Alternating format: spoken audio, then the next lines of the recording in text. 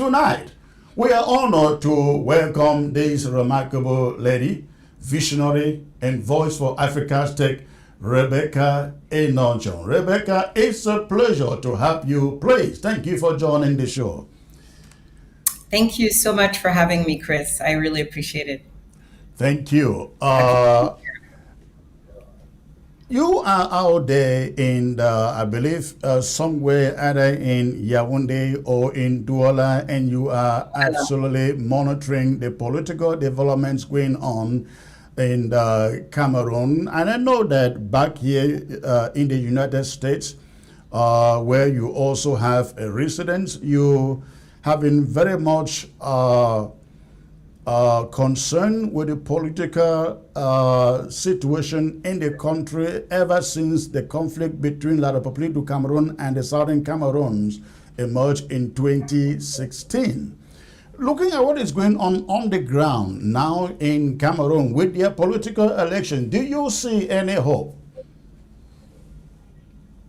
Oh my goodness, I do. I moved back to Cameroon in 2004, and I was therefore here in 2008 when the riots started, the food riots started. And I, since that day, since those riots of 2004, I have never seen the kind of energy that we're seeing now. It's very palpable. You can really sense a very different energy.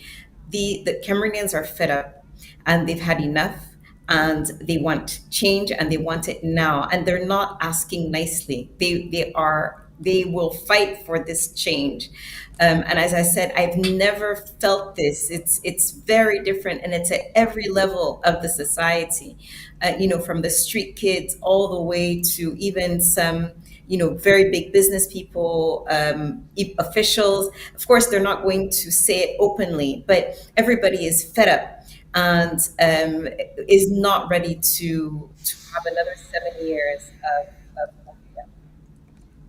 Do you think the momentum out there is, as you put it, is much more than what we observed in the 90s with the SDF and John Frundi? I think it's similar. It's similar to the 90s. I was also involved back then. So I started my non-professional activities, I think, in 1990, in 1988. I started demonstrations in front of the Cameroon embassy. Some people might remember with CAMSA USA. We were fighting for democracy and human rights in Cameroon. So I've seen a lot of this happen, and so even in 1992, the fervor was similar. However, it was very different, a very different environment, because we were, believe it or not, more free in 1992 than we are today. And so, what happened after 1992 is those elections and the stolen victory led to the Biya regime being a lot more protective of its seat, and so much more repressive. And that because they've been so much more repressive, it's been very hard to get that sentiment back up again. But I think I've seen it. I've seen it, and as I said, it's something similar to what we saw in 2008, but that was immediately stopped. Beer coming in and killing all these children that were asking for better foods, and water, and very, very basic things, that had come out in the streets to ask for these things. But that was repressed. I don't think that they can do that today. I don't think they can do that today because I think even it, as I said, it's all segments of society, and that includes the security forces. They're humans. They're Cameroonians, and they're also suffering in this environment. And so I think we're at a tipping point. I've never seen this type of energy in Cameroon, where as you noted, Chiroma is the leading candidate today. and he's not popular. It's not because he's popular. People do not like Chiroma. They hate him from what he did when he was minister, but Minister, they yeah. see him as an opportunity to take back control of their country. People have had enough, and I don't see any possibility of Cameroon ever being the same again. I don't know what's going to happen on election day. I think that when you have an animal that's damaged, that's scared, the reaction is sometimes, when they have their against the wall, we don't know how this regime will react, and we expect the worst. But I can assure you that regardless of what happens, this country will never ever be the same again. No, you talk about Isai Chiroma, how unpopular that he was or has been. He is coming out of the regime. I mean, if you were looking for change, you will not go looking for that change in the belly of the same regime that has turned the country into what it is today. And yet, when you look at the lineup, the political lineup, there are these other candidates who have never been part of the government. What do people on the ground, who are there, what do they see in Isai Chiroma? A fighter, right? So what we really need, and I wrote a small piece about this a few days ago. We're going against gangsters, so it's a gangster against gangster. So what we're looking for is our own thug, right? And Yes. and so all these other candidates, they have very nice resumes, CVs, profiles, programs. We're not looking for that right now. We need somebody to break down the door to this system, let us in, let us take back this country, and then leave, right? So Yes. Chioma, very early on in the campaign, which is not that long ago, there's a platform called the Union for Change, and it's unionforchange.org. Right. It's a coalition of political parties, political associations that were looking to support a candidate. And they created their own platform, which was basically a transitional platform, saying that we want a candidate that'll be in for 3 to 5 years, agrees to that, agrees not to ask for a second term, agrees to free all political prisoners as one of the first actions to be taken, agrees to a sit down with dialogue with all actors and stakeholders, and they shopped this around and to all the candidates. And the one that signed immediately was Issa Chiroma. And there are other reasons as well why he made a good candidate. A lot of the votes comes from the north. If you look at the Great North, so the three regions in the north, Right. they represent 2.5 million of the votes of the registered voters, How many and million? in 2.5 million of the Oh, you are votes talking of the about registered registered voters, votes, registered of the voters. votes Yeah. of the people that voted in 2018, 2.5 million were in those three regions, right? Okay. And Bia had 2 million out of those 2.5 million votes. Okay. So and he won with 2.5 million votes. So you can just imagine how important that region is. And the fact that two of his allies who brought many of those votes, Belo Buba and Chiroma, have left that coalition, then that we all need to fight for those votes. That's Yeah. really, it's the North that will decide the outcome of this election. And I think there's something very telling that happened today.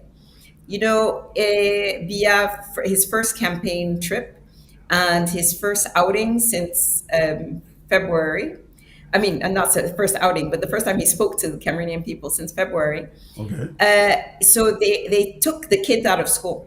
They took all the children out of school so that they would go welcome the president. as they were marching and going towards the place where they were to wait for the president, they were chanting Isa Chiroma, Isa Chiroma, Isa Chiroma. These are children.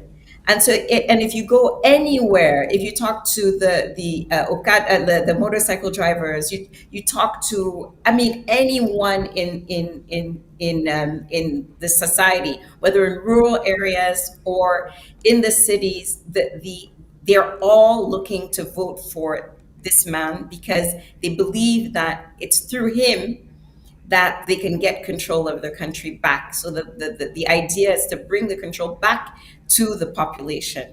And they believe that they can achieve that goal through Isa Chiroma. So it's not so much that he has a special program, or it's just that he agreed to be a transitional candidate. Yeah. He agreed that he was coming on a mission, and not to implement, all of these lofty policies. And I think that they're like, okay, this guy, he knows all their tricks. So he is an insider, but because he's an insider, he knows exactly what they are going to do, how they're going to do it. And I think that, okay, you're coming from the system, so you're Mhm. going to be our gangster, right? Mhm. So this is, you say it's gangster against gangster. You know all their methods. You're going to use those He methods is a on our behalf. gangster. He is a gangster. That may be true. Sorry for interrupting you. However, you have better gangsters who control the machinery of the election. How do you think he is going to scale over that? I don't think you understand the magnitude of what's happening here.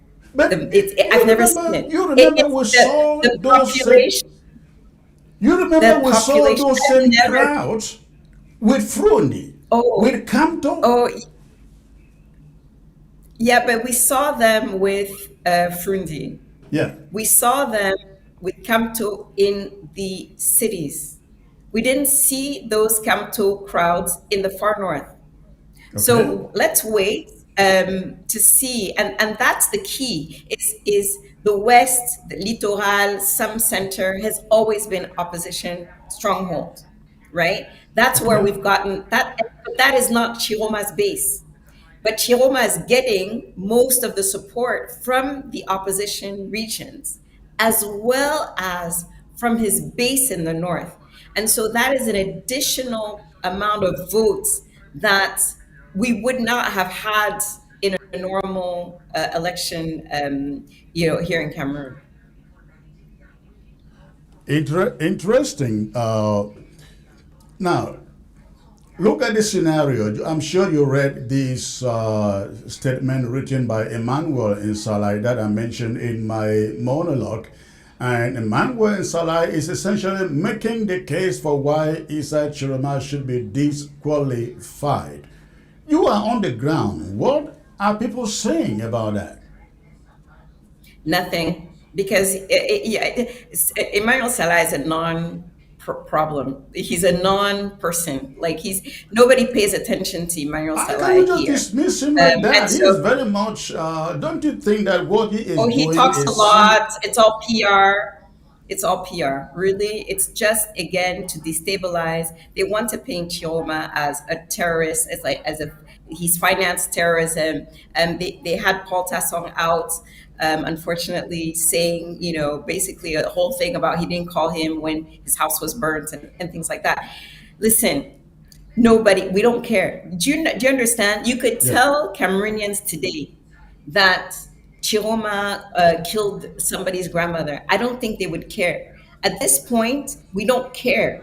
It's like you don't care. We want change so badly that we will do everything we need to get that change. And if that includes fighting for Chiroma, if they try, and I don't know that the regime would be so stupid as to do that. It will create. It would be like this. That we don't want violence. We really do not want violence. But if the regime tries to do that after they disqualified Kamto, they're asking for violence and they're asking for war. And I think that there are some people in this government that are intelligent enough to know that this is not, the Atanganjis and the hardcore Yeah. in the government have not served this government properly. They've made the Cameroonians despise this government even more. And we will not be intimidated by Atanganji or Emmanuel Salai or any of their threats, because this is our election. It is not about Chiroma. This is the So you remove problem. Chiroma, yeah. This is the problem. We have seen this with Chairman John Frundi in the 90s when everybody knew he won the election. It was rigged and taken away from him, rigged a second time, taken away from him, and they said, why are you not fighting for this thing? Frundi said, I don't want war, I don't want blood. Kamto won the Oh, but election again. They said, why are you not fighting for this thing? Cameroonians in Europe were going amok and destroying things. I mean, going on a rampage in Europe, asking Kamto to fight. Kamto refused to fight. Now you have Chiroma. It is now we have a obvious this fighter. election will be rigged. And after it is rigged, La Republic will go to Chiroma and say, you know what? We would like you to be president of the Senate, president of the National Assembly. What if Chiroma comes out and say like Frundi, like Kamto, I don't want war, I don't want blood in the country? Don't you see this coming up? No, not in this election. I can assure you that it's not about. See, so Kamto is right. I mean, Chiroma is riding on public sentiment.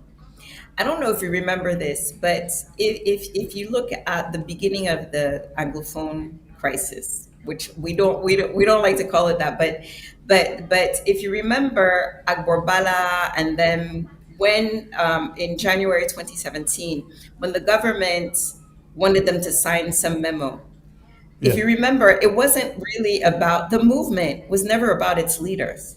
So the leaders were there for the people, and they were there to act on behalf of the people.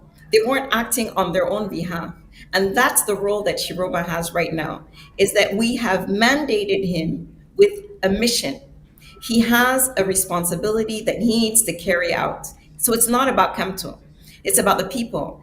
And because the people have selected him, even though we haven't selected him in an election, the support for him is overwhelming. I don't know if you saw that CRTV on their WhatsApp channel ran a poll last night that started yesterday, and by today, Chiroma was so far ahead.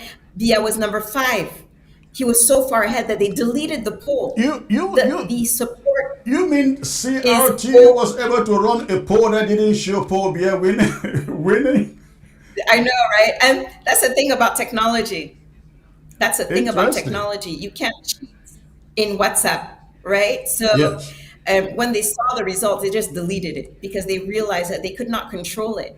And he had 10 times, literally 10 times, the amount of votes that Bia had.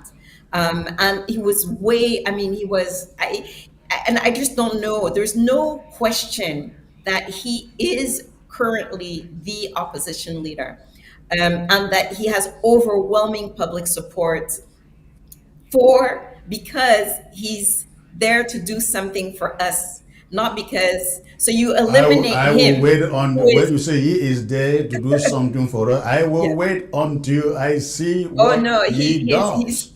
we want him to do one thing and one thing only, and that's remove these people. You want him to do After one that, thing. Let me ask you this question. What one do thing. you, behind him, pushing him, what do you want him to do for Ambazonia, the conflict? I think the first thing is to release the prisoners. There's no reason why our brothers are currently in prison. There is no reason. That's the number one thing. And that has Okay? to be done on day one. The second thing is we need to sit down and talk, because we are brothers and sisters, and we need to sit down and figure out, what do we want in the future. I don't want to speak for that. I live in Douala. I don't live in ground zero, right? And we Yeah. need the people that actually live and have to live through this to decide. It can't be us. Chris, you're in the US, I'm in Douala. But we need to help facilitate that dialogue and help guide the dialogue so that we can arrive at a solution that works, and that takes into account what the people on the ground really want. And I don't want to speak for them. I can't. But we need to put in place the mechanisms so that their voice can be heard. And then we implement those decisions. And I think that he has committed to that. He signed, like, there's a contract signed where he has committed to doing this. Oh, that's Is very committed interesting. to. I wish I can lay Oh hands on yeah, the he signed. contract. Oh, I'll send it to you. That would be I'll send it awesome. to you. That would be awesome. Oh, no, no, Now no. he He is talk. signed the. Go Oh ahead. Go ahead. yeah, he signed. Finish your point. Yeah. He signed. It was a condition for the Union for Change that carried his candidacy, as an opposition, as their candidate, coalition candidate. That was a condition, is for him to sign the contract. And then they made the announcement, he made an entire speech and committed to respecting that contract. Now, will he respect it? Maybe he won't try, but we will make him respect it, because How will he once make we've him when he taken. takes over? He has the army, he has the police, he has the gendarme, he has. How will you get him to do Do you that? know what happens? Do you know what happens when a people understand their power? Do you know what happens if, for the first time in the history of Cameroon, the elected leader, the new leader, is chosen by the people? We've never chosen a new leader in Cameroon. We've never. My concern with any French uh, uh, African leaders is that the moment they take over power, their ears are to the French and not to the people. And you are talking about a memorandum of I understanding. can tell you, I can tell you one thing. Having spoken to several diplomats, especially European diplomats, that Chiroma is not their candidate at all. Okay. And I think that there's a reason for that. And so I think we overestimate Europe, right? I think that we overestimate and underestimate the real ally of this regime, which is Israel, right? So if you noticed, Cameroon never votes against Israel in the United Nations. Um, they have supported. They provide security for the president. They are the ones that are training and in charge of beer. And so I think that we overestimate the influence of France, and Europe, and underestimate the influence of Israel. So, and I think that's where, the work, I think the diplomatic work needs to also happen. Um, because we're not going to have support, um, a electoral coup, right? So Yeah. if the results at the polls are strong enough, then and overwhelming enough, then it will be really, really hard. And so I think that what opposition parties are trying to do right now is getting as many people to the polls as possible. The last time the absentee, the level of non-voters, registered voters that did not go to the polls was higher than Paul Biya's victory. And so today I had several people out from work, only because they want to go stand in line to get their electoral cards, and the Elecam is overwhelmed. We've never seen anything like this, and I can assure you that if they try something, it's not going to go down easy. Things will never be the same. This is really a tipping point and a turning point in the history of La République. Now tell me, because Cameroon, where they do the rigging is at the collation of the results. How is it going to be done? You know that Yaoundé takes the results, sit on it for 1 week, do all the rigging, the fraud they have to do before they go out, get the Constitutional Council or election to announce the results. How are you going to prevent, to fight this stage of rigging? So we know that our adversary isn't only Paul Biya. We also know that our adversary is ILICAM, the Ministry of Territorial Administration, and the Constitutional Council.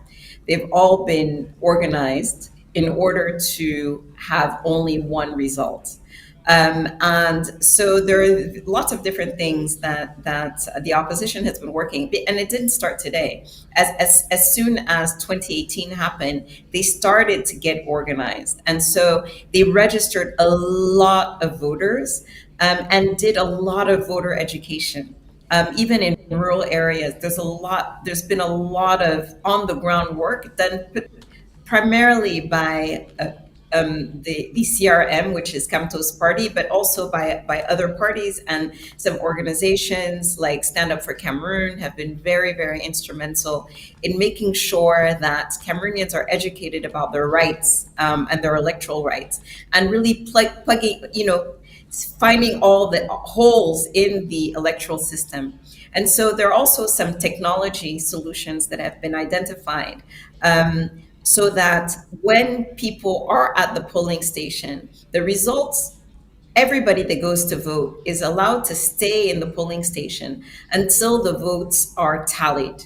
And so these applications that have been developed allow you to report directly from the polling station into the app what the results were of the election. And we know that they'll probably shut down the internet so that those apps won't work in real time. But there are, they can work offline. And then when people are then able to connect to the internet, they can upload the results to a central database. Once they're uploaded, by the end of that night, and if there's no internet, again, there's SMS solutions and regular non-internet solutions. That very night, we will know what the results are. The people will know, and we will announce what we found as far as the results.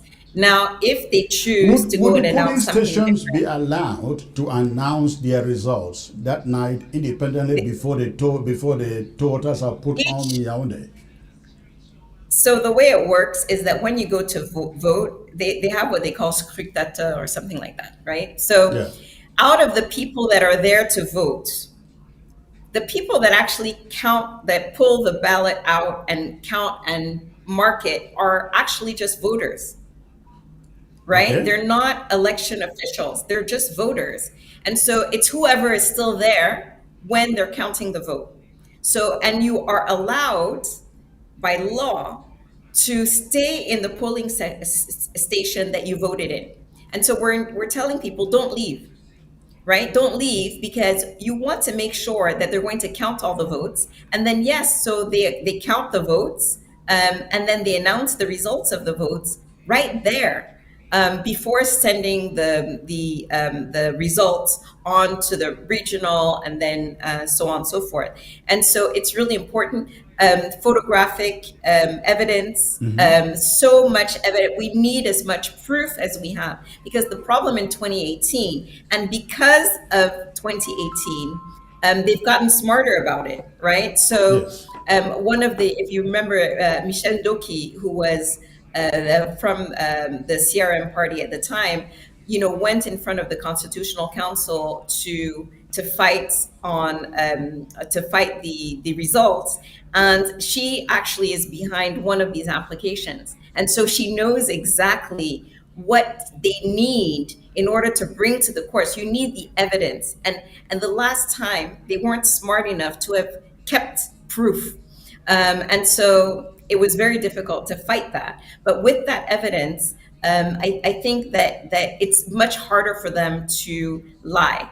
And we know that they will try, but if we have the evidence, it will be much harder for them to lie, and we will have much larger numbers, much larger turnout than we did in 2018. And so those are all mechanisms to try to make sure that the vote each vote is protected. What do you do with the problem of ghost voting stations? Because I have seen a list emerging from Libialum, that is my own county, of voter stations where those stations do not exist. They name places where elections are taking place, where those places do not exist. I have seen that So list, and I yeah, think many other places are like that. yeah. So I think that we will still have them. I mean, it's going to be very difficult, even with all the funding that we can get to support the opposition parties during this election, so that each and every polling station, and there are 30,000 of them, representatives from opposition parties. That's the goal, is to get 30,000 and even have two per position. That's the goal. Now, you're always going to have some cheating. And what the effort is that's going on is that if you have an overwhelmingly, if the result is big enough and the difference is big enough, that fraud won't influence the result as much. So if you're saying that you have a polling station where you have, they'll say 100% goes to Bia, but there are 100 people, and then you've had 3 million voting for Chiroma. If those small cheating here and there, they will, we just want to have such an overwhelming turnout Yeah. that that rigging will have less of an impact on the result. So there are multiple layers of mechanisms that are being used to protect each vote. If you have critical mass, they become less visible, less important in the overall result. Now let's talk about Ambazonia a little bit. I'm sure you are well aware that we in Ambazonia have banned the elections altogether in our territory for reasons you know. I have heard the argument that, Chris, this is such an opportunity for Ambazonia, Southern Cameroonians to make a difference and get the change that they want. As you heard out there, I talked to Isa Chiroma, I talked to everybody, and Isa Chiroma is talking about a referendum. A referendum. I don't know what would be the questions at the referendum he is talking about, but what do you make of the fact that we are saying no elections in Ambazonia? I think it's a mistake, to be honest, because they will have elections, and there will be a result. It just won't be a result that's representative of the people that are on the ground. And that's what, I think that's the call, is saying, hey, guys, you're letting the presidential candidates go to those areas, and then but the people can't vote. We're doing all of this for the people. There's nothing that's being done that's for anybody but for the people. And it's important, I think, to let the people be able to express themselves on that day.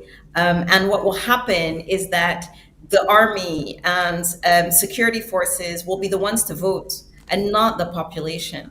And so I think, you talked about dialogue. Part of it is letting our people express themselves, Yeah. and I think that it would have a significant impact. And I think it would be a way also to say to this government that, listen, we here it is. Somebody is saying that they're willing to talk to us. They're willing to treat us as equals, and to have conversations with us, and respect the fact that we do have grievances, and that we are requiring that they be resolved. And so this is what we're able to do. So if the Cameroon government had come and said, hey, can we'd like to have elections, can you open it up, without coming and apologizing, without coming and promising reforms, and promising this referendum, and promising that the so I think what I'm trying to say is that it will be a demonstration to the Cameroon government that, hey, we are not we are we have always been open for dialogue. You're the ones that have shut down the dialogue. Now we have an opportunity to have that dialogue. And in order to give that opportunity a chance, we were going to allow our people to vote in your election. And we want them to have the freedom to do that and feel confident that there won't be any issues on the ground. And I think that that is it would send such a powerful message to saying that we are capable um, of discussing and negotiating and having dialogue.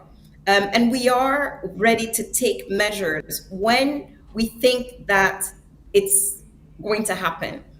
Here it is. And I think it will further embarrass the government. It will further embarrass the government that here is opposition that's able to get this concession, whereas they have never been able to. But this is a problem. Here is a problem. The opposition you're talking about, they're not ready to sit down to talk to Amazonian leaders. Can you Of imagine? course they are.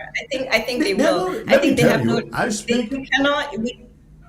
We I can't speak have with, peace let me tell you something. if we don't I talk. speak to Eric Chinje and Onga Onana with their group. And Eric Chinje said to me, Chris, this is an opportunity for Ambazonians, Southern Cameroons, to get the change that they want if they can just open up the terrain to work. And I said to Eric Chinje, you want us to listen to you? This is what I would love you to do. Gather all those opposition leaders. You are talking to them. Let's have a meeting together with Ambazonian leaders. Eric said, what a great suggestion. That never happened. Canto was campaigning. He came to the US, invited people to come and listen to him. When Ambazonians show up wearing their national colors, the blue-white colors, he told them, don't let them in. You will have separate meetings with them. That never happened. Currently, as they go on with the elections, we have said, let's sit down and talk. Let's listen to what you have to offer after your election. Without that, we cannot open the territory to you because we don't trust you, considering the history of the political leaders in this country. And if they are out there talking about referendum to placate Ambazonians, I don't think that is going to work. And you consider that for 64 years, Southern Cameroonians have been voting in that country, and there has been no change. No change. Why do you think at this moment they should believe that Chiroma or Libri or Osi or Bello will bring that change? Why do you think they should think so? I remember when moved back to from when he was released, and he went to back to Cote d'Ivoire. And I remember one moment where there was a picture of him and Ouattara, and they were holding hands, and I was like, oh, these politicians, you can't even trust them. And a few days later, the prisoners that had been arrested that were on Gbagbo's side were released. And I said, okay, this is why he did that. It wasn't because he wanted to talk to Ouattara. It was because it was so important to him to give the opportunity for those who were in prison, for following him, an opportunity to get out of prison. And I think that if we value our brothers and their lives of those who are in prison, if we believe, and I do believe, that if there's a new government that comes in, that they will be immediately released. I think it's worth whatever sacrifice it's worth it. Just that is worth it. And I can tell you that it will, that's so important, that they get out of prison. And then we can have real dialogue, because you can't have dialogue with people behind bars. And so I think that just because of our brothers, just for our brothers and the chance and opportunity we might have for them to be released, I think it's worth it. I think it's worth it. I think sometimes in life, you need to sacrifice your own personal opinion, your own personal preferences for but the that is good of others. but there's a And problem I there, think though. many I of don't us, think those brothers you are referring to will tell you all they want is release from jail. They will tell you we nobody want. says that all they want is, but you can't imagine. You can't imagine. It's the for me, it's one of the, it's a great injustice. And I think I would love for them to be able to participate in the dialogue, in the discussions, and they can't do that from behind bars. And so really, I'm pleading with you. I'm pleading with I'm not you in to jail, you give know that to I give still have my I liberties. know I'm not, you're not in jail, but I'm pleading with you to give peace a chance. To give peace a chance. I know it's another chance. And I know these people, they've betrayed us so many times. All politicians have betrayed us. But I can assure you that give it a chance. Give peace a chance. This is an attempt. We may fail. We may, lose. But at least you know in your heart of hearts, and we all know that we did our very best to give peace a chance. It's We just a few want to, days. we Not want to, we want the opportunity to sit down with anybody who is willing to talk about a solution to the conflict. However, it's like the door is still far ahead.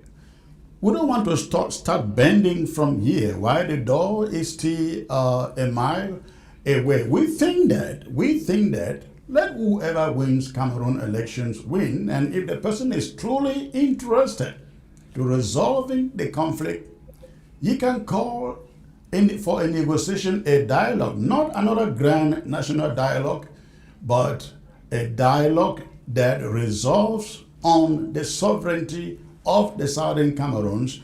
At that table, we may think about whether giving peace a chance in your terminology or saying, well, we have lost our people a lot. We stand on a free Ambazonia. Until then, I think it is premature to go and say, let's go out for some elections because it's we for are how many hoping that, days? It's yes, it's for how many days? It's for how many days? How many days? It's few days to the come. elections are on Sunday. Just a few days. Just give that a chance. I'm It's begging too late. you It's to too give late, it a though. chance. It's not too late. It's never too late. There's never a deadline for peace.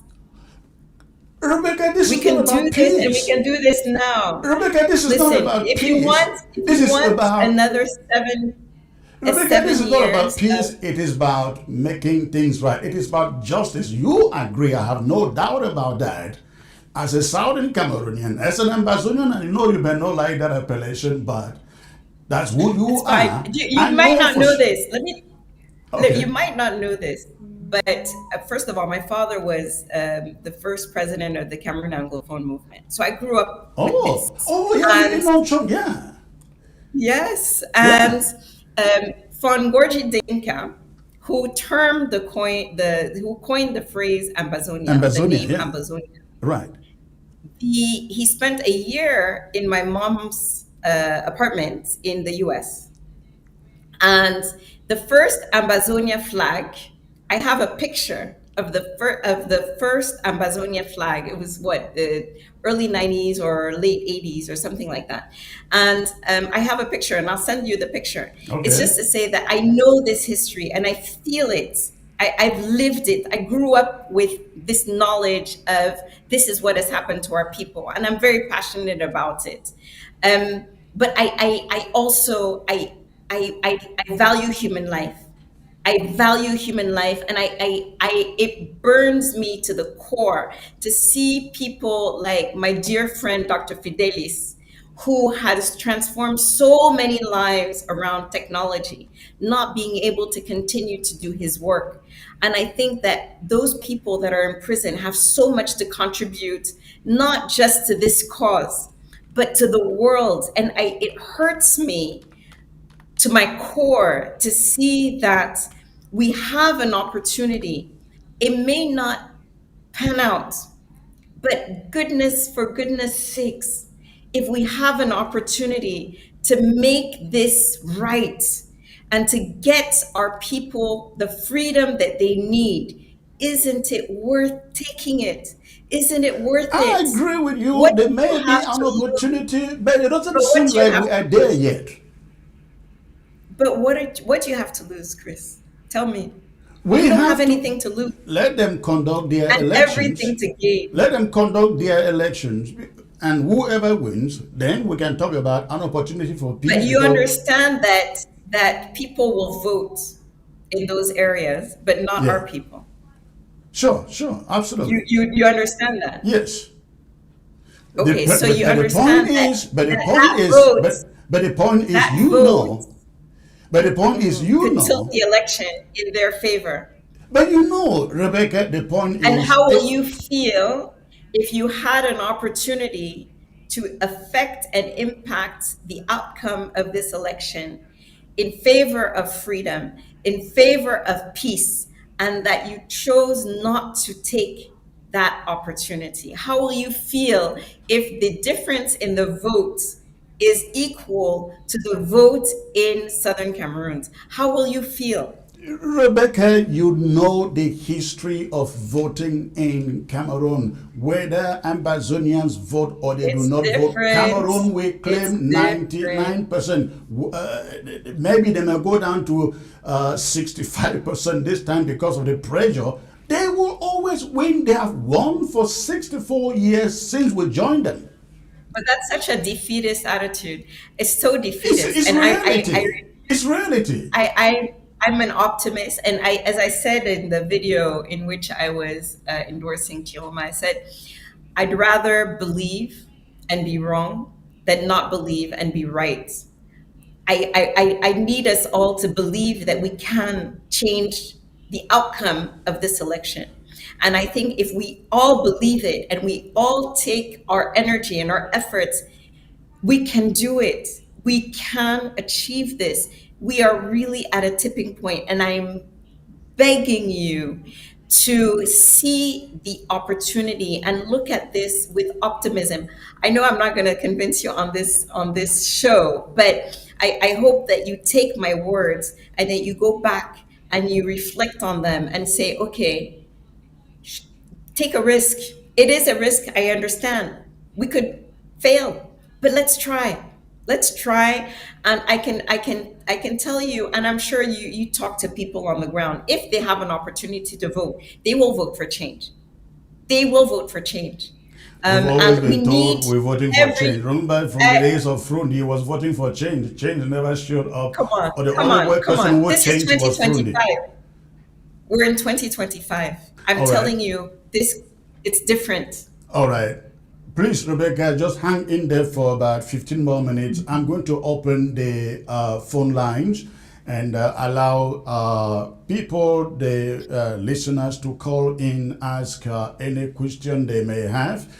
But remember, before you call, make sure you shut down the volume of your television, because there will be a delay if you want to ask questions listening to me or my guests from your television. If you have to call, make sure you shut down the volume of your television and focus on your phone before you call. You have the phone line right there on your screen. So please go ahead and call. Go ahead and call. The phone line is open.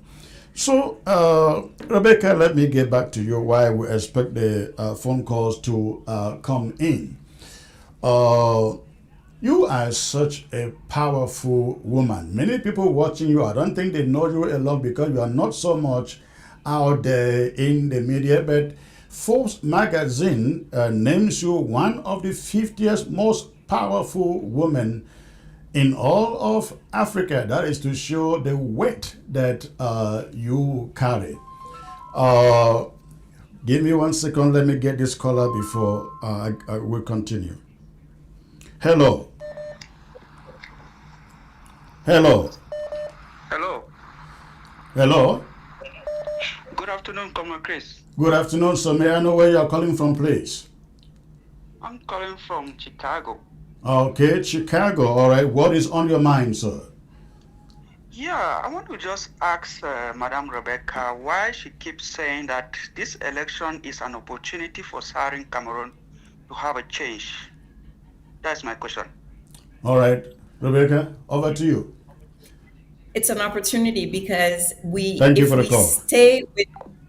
if we stay with the current government, the hardliners in that government will never allow any progress. It's almost as if they enjoy the current situation, and they will continue to perpetuate the current situation. And so, as I said, we don't know for sure that this will help, but I think that there's a good chance that it will help. At least we'll get our prisoners out, and we can start that dialogue. And I think, Chris, you said earlier that Chiroma, you and he have discussions, and you may not agree. And what I've found is in this election, having spoken, we had a big debate. They call it debate, but it was individuals, and we had these exchanges last Sunday night. And what I realized is that they still don't understand what caused this. I heard one of the candidates say very proudly that her children were Anglophones. So I think they're still confusing speaking English with um, the crisis. And so, what I've also understood over the years, because I was born in Yaoundé, I grew up in Douala, but I grew up surrounded by people whose first love was Southern Cameroons and had fought for the rights of our people. And because of that, I know the history. I know what happened. I know that's not the case of many francophones. And so I think what we think they know, they don't know. And so that opportunity Come for on, I dialogue, don't and get a I think point. They don't know yeah, what we know. They don't see our suffering. they They don't don't, see they our don't. internally displaced. They don't Well, see they our don't. For refugees. They don't them, see for them. our towns, our villages burned down. But you know that they had villages burned down in the 60s. They had villages burnt down. So the same methods that are being used against Southern Cameroonians today are the same methods that in colonial times or in the war for independence, where 700,000 Cameroonians were killed fighting for independence. They're using the same methods, the same burning down villages, and so many francophones feel that well they have issues too. Like there's poverty in their area. They don't understand the political history of Southern Cameroons. And because of that, they make a lot of assumptions. And I think one of the things this government has done, and they're so proud of all their efforts, is to translate the French system into English and think that that's what we wanted. Okay, so we've solved the problem. So now ENAM, which is the school for magistrates, Yeah. now there's a common law section. Like, but where in anywhere do we have a school for magistrates except for France? Like, where does it Yeah, happen? yeah. And so it's this, and I Why say can't that our I'm just giving graduates that as from an example. Boyag become magistrates? But Write a bar exams but and become magistrates, right? I'm just giving that as an example Yeah. of the complete lack of understanding between the political history. And so we need to bridge that. I try on Twitter, especially in the earlier days, and I even do it in French because I understand. I thought that they understood English, but they don't. And so I take my time and I do it in French so that they can be educated on. Many people don't even know there was a Northern Cameroons. That's not North Cameroon. So they don't know. I was arguing with a 7-year-old man about Boya being the capital of Cameroon. I mean, it's unbelievable the lack of political education that they have. And so I don't want to blame them. I don't want to blame them because we need to find a way for that political education, the history of Southern Cameroons, and also to educate our people on the history and the hundreds of thousands of people that lost their lives fighting for independence. And then in the end, those who fought for independence aren't the ones who were put in power. And so there's all of this history that needs to be unwound and explained. And so, yes, things have happened in the past, but we always have an opportunity, I think, to fix that. And I think it starts with dialogue. And so I really think that dialogue is the most important thing. Open, real dialogue, not dialogue to sign an agreement, but dialogue so that brothers and sisters, which we all are, we are brothers and sisters. We sit down and talk. That is you. We are all brothers and sisters. Even our Nigerian cousins are brothers and sisters. So we are all brothers and sisters. We are all brothers and sisters. All right, let's take this other an question, Africanist. So let's get to this other caller. Yeah. Hello. Okay. Hello.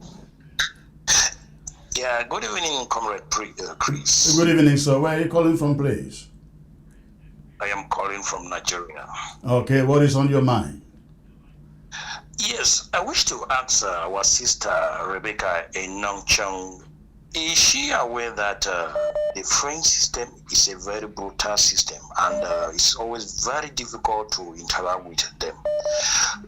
Think of Senegal and Gambia. They did everything to live like brothers. They couldn't go. So what does she think that does she still having in mind that if we happen to live like we live with these people, they will continue brutalizing us? So is she thinking that after the election something can change from maybe the leader, the new leader? And how confident is she that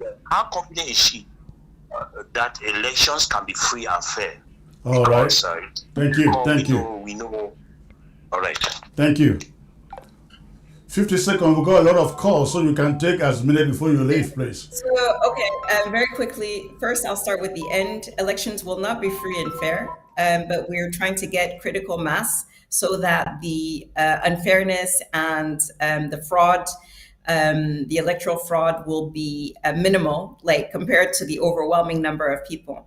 I have no idea what a new leader will bring other than the ability to release our prisoners and start open dialogue with our people. And as I said earlier, I don't know what our people want. And I don't want to be in a position where I'm speaking for people. I don't live in Ground Zero. I live in Douala. So I want our people to have an opportunity to speak for themselves. I'm not their spokesperson. And I don't want to say what they want and what we will be able to achieve. But I think that it's really important to talk. And I think that this is an opportunity to start repairing and fixing. All right. All right. Let's get to the next caller here. Hello. Hello, Comrade Chris. Yes, sir. Where are you calling from? I'm calling from France. Good evening. From France. Okay. Yeah, this is Comrade Eno. I would like to speak to Ma Rebecca. You are live, sir. Go on. Language. What? 50 seconds. Yeah, that's in Pidgin English. All right. Yeah, Ma Rebecca, I'll be very happy to say you take the courage you can stand to see Comrade Chris on that talk. Comrade Chris being one of the best way be open. It receive any person we get idea for humanity may get peace. Person like Ma Rebecca, you be for humanity, for peace. But the truth is not that. The truth may be that way you talk. You just want peace. But the peace we did now with the turn and none of Ambazonian fighters or Ambazonian leaders, maybe we declare war for ourselves. Now some person can't stand declare war for ourselves. Why be say when they can't talk for talk now say now we cause the problem? The person who caused that problem never come back and talk say we'll be sorry. I don't do this. Easter Churuma, he go hug his own because he knows he be a politician. which post if you first get of La Republique, a communication minister, and a communication minister, a person for propaganda, and a politician where you know everything, have manipulate the people, their ideas, for come down, for hear the talk. After he go for Bamenda, he talk with people and say, Make your point, make your point, make your point. Okay, my point is that Churuma is a politician. Churuma is a politician. Ma Rebecca, you talk now about peace. Why you never talk say, okay, we ambassador, we call a referendum because we if we talk say, would they threaten people there, would they do this for people there? Maybe we bring a referendum. It's not the election will happen for the for La Republique, maybe for we. So if people they talk say now we do hold the election, it's not like that. All right, thank you, thank you, thank you, thank you, thank you. Let me just reframe the question a little bit. I think it makes a legitimate point there. We are talking about, you are talking about peace, peace, peace, peace.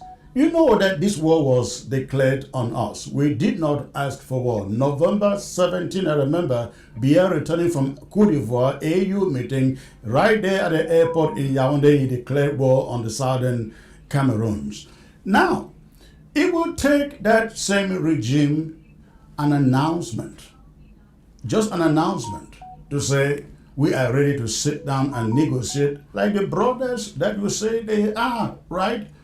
Don't you think that some of you ought to be putting, I know you are doing your best out there by talking about peace, but don't you think that some of you can put more pressure on that government to say you call the war, you are able to stop it? Because having gone for 9 years, there is no way we're going to turn and look back after with so many people have been killed. I have lost family, my mother, my father, my home, everything you can imagine.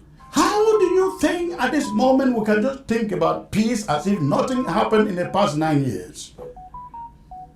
No, I think when there is a saying. I think it's there's no justice, no peace, right? So, in order to achieve that peace is the end.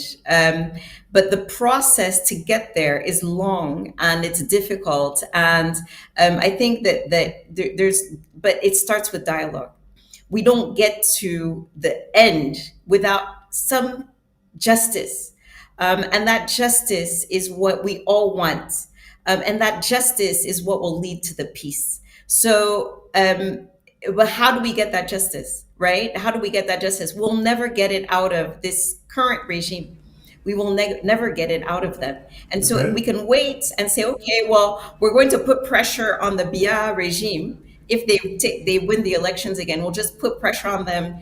They won't relent, because I think, to be honest with you, I think that some of them are actually benefiting from the war, right? And on so their side, because of course, they're yes.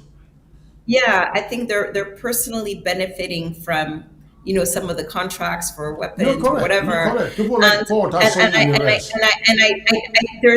they're very self-interested, and they will fight. I mean, I know of so many examples where there was the beginning of dialogue, where all of a sudden something happened to make to inflame the situation, so that public sentiment would be against peace and dialogue. And so, I'm pretty sure that this current regime, in its and we've seen it as soon as Chiroma went to Bamenda, started talking about dialogue, started talking about, oh, he knows Chris Anu, and so on and so forth. The regime, like that, was for them, that is, and you can see them using that Yeah. against him. And I think it's a reflection of, this is what we have. Is it where somebody goes to Bamenda, which is still in Cameroon, by the way, for the time being, That is for their Cameroon, right? That is in Amazonia. And yeah, but and says, I talked to my brother, and the regime sees it as terrorists, as terrorism, as supporting terrorism. You can just imagine that mindset. We can't work with those folks. We can't convince them And I think it's really important. If we have a fresh set of eyes, we still will need to convince, because we still need to educate them on what happened, and as I said, the political history, so that we're having the dialogue on the same level of understanding, which is missing right now. And so I think we need a fresh set of people that we can start to educate about. These are the real issues, and it's not about the language. It's not because you didn't translate something. The issues are much deeper than that and much more important than that. They're not these superficial translation issues, but they need to be educated. And I can no longer educate the people that are there. We don't have anybody that we can talk to.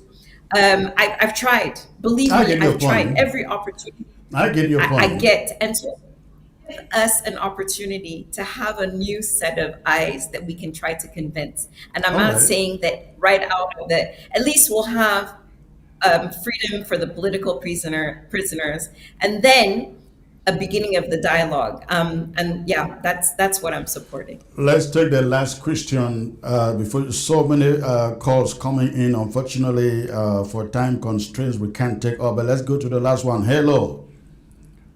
Yes, hello. Hello, sir. Where are you calling from, please? I'm calling from Texas. Okay, and what is on your mind, sir? Yeah, I have a few issues that I really want to address. The last speaker kind of got something out of me, but yeah, this is a war that was declared on us, and as you know, and first of all, I want to thank my sister, Miss Enonchong, for being here. This is a war that was declared on us, and the government of La Republique, the regime in Yaoundé, has not even taken time to discuss this in their parliament. And so that is something, and I remember growing up in Cameroon. When we try to talk about anything violent, oh no, it's about the argument of what? The argument of, it's not the argument of force, but the argument of Ideas. of idea of something like that, right? Yeah. So it was always about peace, peace, peace, peace, peace. They have declared war on us. They don't want to talk about it. Chiroma has come out and said that he's going to release some people, except those with blood in their hands. And we are in a war.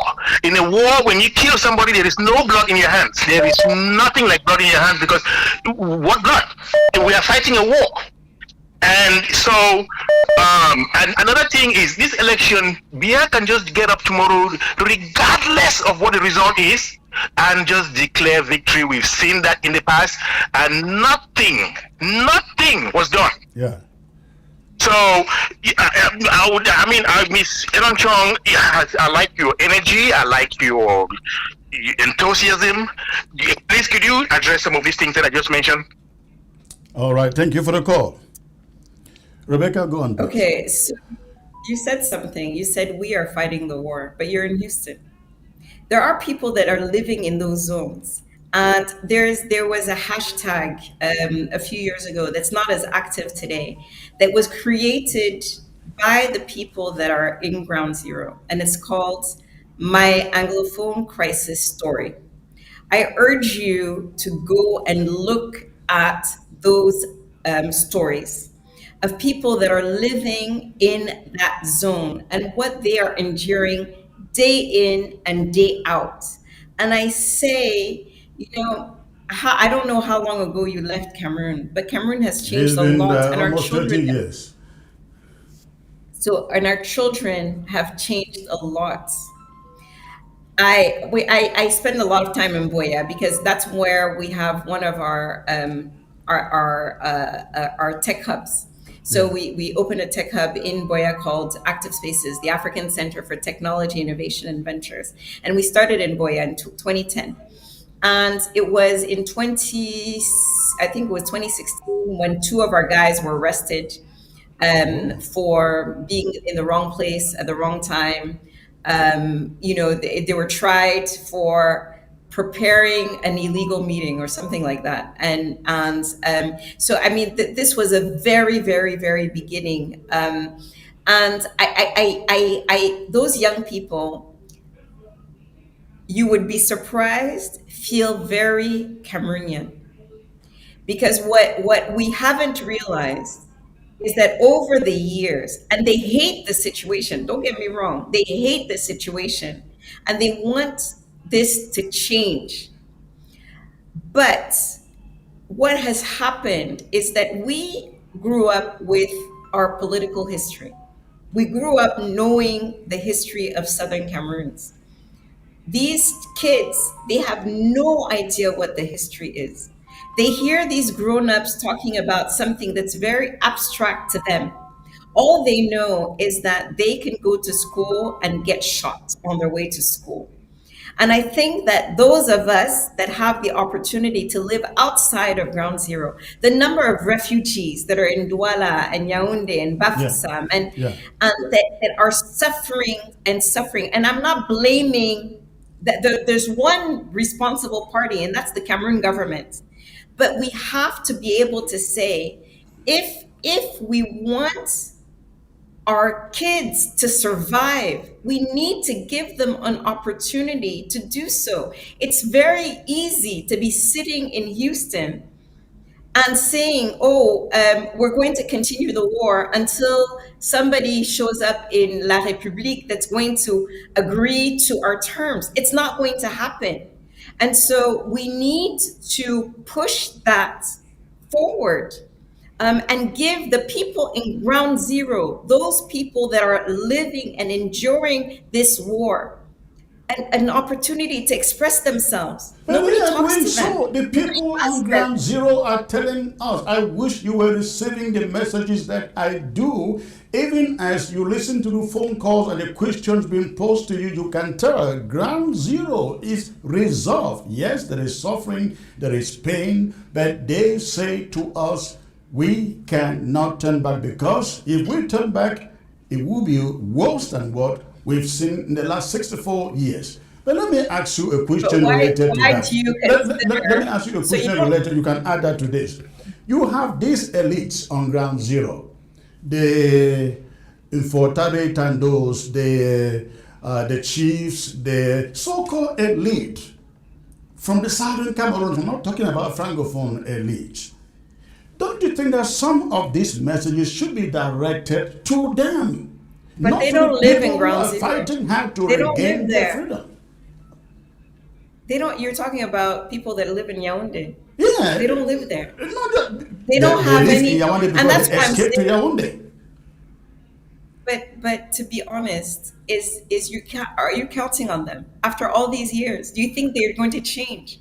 I'm saying that people like you who are in a position to pressure them and say you cannot have. I'm not in a position to pressure this government. This is the same government, you remember, that arrested me a few years ago. Okay. I'm not in a position to pressure them. Yes. That's why I want them kicked out. I want this government to go. I need it to go. And I just think that sometimes when we're not in an environment, and I encourage you, it's on Twitter, it's called my Anglophone Crisis Story. Listen to these kids, they're children. They're the ones that are expressing themselves. All we can do is, they're talking about their daily lives and the things that are happening to them and what they're enduring. And I think it's really, really important that we hear them. We hear them because the youth. We hear them. I have made trips to Nigeria, to refugee camps, to listen to them. And I think if anybody should be in pain at the moment, I don't know if it is not the refugees, I don't know who else, it should be. They are not sure of 2 meals a day. They're not sure of shelter. They're not sure of clothing. When I went there, we took food there and I saw these people, I wept. I literally wept in front of them, looking at the tattered manner in which they look. And yet you have a regime that says, my citizens, none of the politicians in La République of Cameroon has visited our refugees for the past 9 years of war. None of them. And yet They cry foul that people are protesting, they are suffering. We have seen this. We support them. We raise funds, support the IDP, support the refugee. It's not like we don't understand this thing. We do, but the good thing is the people themselves are resolved. Let's not cut and run. I mean, one thing I will completely agree with you on is the resolve, right? I Yeah, think that one of the mistakes that this regime made was to believe that it was a movement of leaders, right? So you can change all the leaders and the problem remains because right. it's not a leader thing. It's really a movement that came from the people. All I'm saying is that sometimes I think we have the best intentions, and we want to help. And I'll give you one example.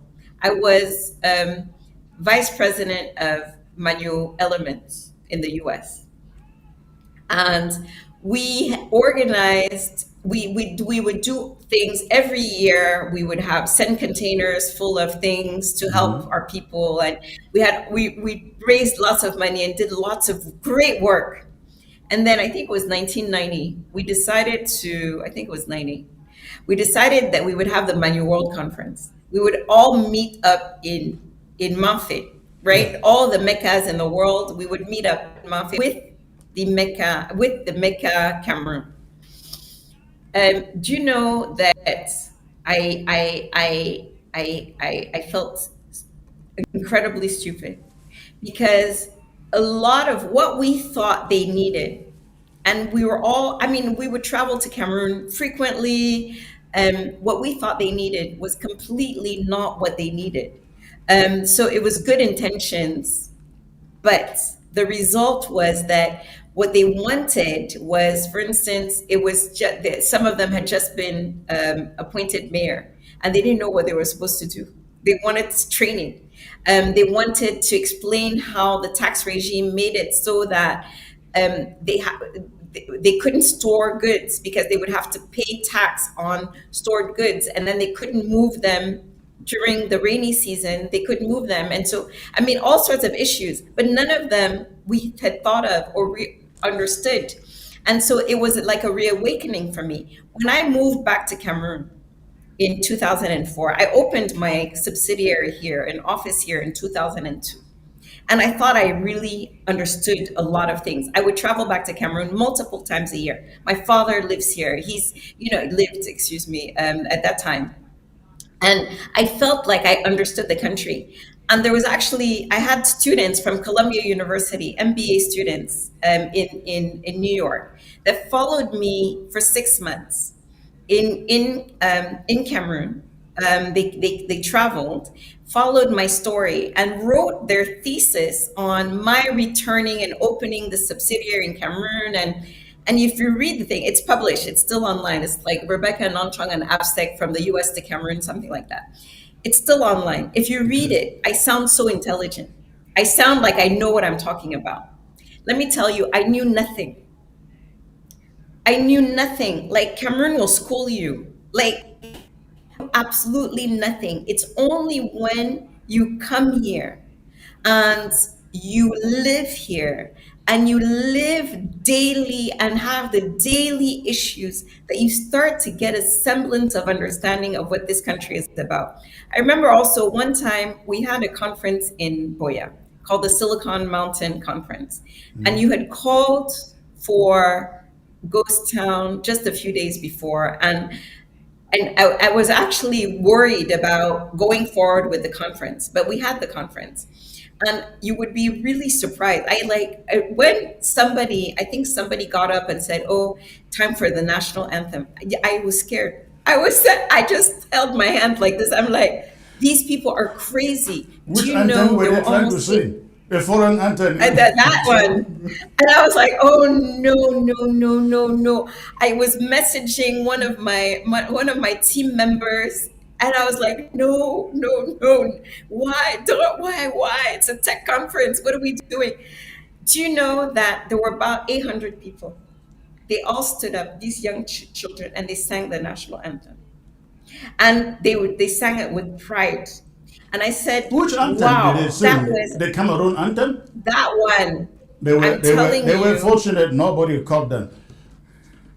Yeah. Well, yes, that too. What I'm saying is that these kids grew up as Cameroonians, not as Southern Cameroonians, and we need to acknowledge that. And that education that I'm talking about, that we need to do to francophones, we also need to do it to our own children. They have no idea. They have no idea what all this political stuff is about. And I think we have a responsibility to them, and to listen to them. And I don't think we do enough of that. You know, you did a trip for the refugees. That's amazing. That's important. But it doesn't mean that you get it. And I I think, want us to Rebecca, all listen, be no, Chris. I This is think, no, I listen, must stop I now. think No, you no, no, have to no, no, no, no. understand, I will say. you have I to do. understand, You think you do, you have and to I don't. That's why understand, I said when the person asked what I felt about what's happening in Ground Zero, and I said I live in Douala. I'm right Mhm. next. I go to Boya frequently. I go to. I will not. I'm humble enough, even though I'm not. I don't sound very humble right now, but I'm humble enough to know that I want those people that are on the ground, that are living there currently, to make the decisions they need to make for themselves. I but do you don't think somebody have. is out making decisions for them? I think that sometimes you think you know better what they want. No, no, no, not No, really, I'm not not saying really. you, Chris. I'm not saying you, Chris. I'm saying the movement. I'm saying it's not personal. I just want us to be more, to recognize the importance of talking to these young people. I just finished my company. We take interns every year. And we just had about 20 interns that finished on Friday, this past Friday. There are 3 months of internship on software engineering. Um, all but two were Anglophone, right? They're English speaking from Southern Cameroon, and they'd come and traveled from mostly from Boya, but also from other parts, What to accounts come for for. that? The very minimal number of Southern Cameroonians being part of, being in the internship. Oh, I mean, there were all but two. So Yeah, out of what accounts 20, for that? there were only there were only two that were not from Southern Cameroon. Oh, What okay, I accounts get for the it? point. All right, My internship program. I get the point. Yeah. And so I can, yeah. So yes, I do favor people that come from Southern Cameroons, to come do the internship. So that I do that. But what I'm saying is that these kids, they I talk to them, they don't understand the history, and I think it's a blessing for me to be around them. But I also acknowledge that I don't know what they go through on a daily basis. I Even though I'm close to them, even though I talk to them, I don't know. And I'm happy that they share with me, but I will never. I'm not in their shoes. I'm not in their shoes, and I want them to have a vehicle, an opportunity to express themselves fully and freely. And so I'm not sure that we do enough of that. And I'm not saying you only. I'm saying we as a community. We don't talk to our kids. We don't talk to the young people enough.